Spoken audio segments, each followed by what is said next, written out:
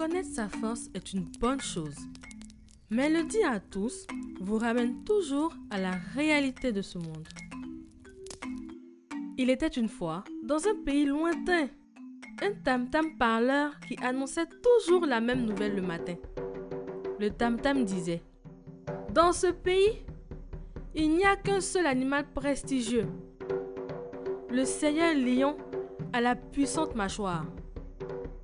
Le tam-tam continuait l'éloge en disant: oui, dans ce pays, il n'y a qu'une seule puissance sur cette terre, celle du lion à la crinière de feu. Ces éloges incessants rendaient le lion tellement fier. Il finit par croire qu'il était le seul à être le plus fort de toute la savane. Ces louanges finirent par tomber dans les oreilles du crapaud. Celui-ci était à la fois surpris et en colère lorsqu'il a appris que le lion était considéré comme le plus puissant du pays. Il alla de ce pas voir le plus grand et le plus fort des animaux des eaux. Il s'agissait de l'hippopotame. Il lui dit: cher hippopotame, savais-tu que le nom du lion était chanté tous les matins? Ces louanges décrivent le lion comme l'animal le plus puissant de ce pays, alors qu'il a oublié les majestueux animaux des eaux.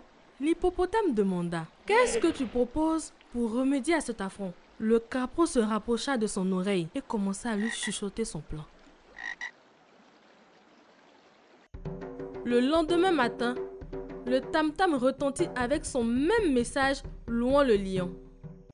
Cependant, le soir venu, on entendit pour la première fois dans la savane le chant d'un deuxième tam-tam.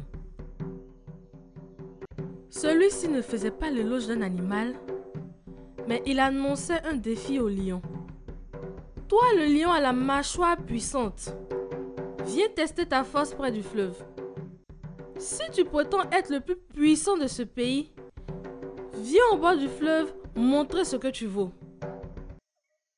Dès que le lion entendit l'annonce, il était en colère et impatient de se retrouver nez à nez avec l'animal qui a osé le défier. Le lion arriva au point de rendez-vous et constata avec étonnement qu'il s'agissait de l'hippopotame.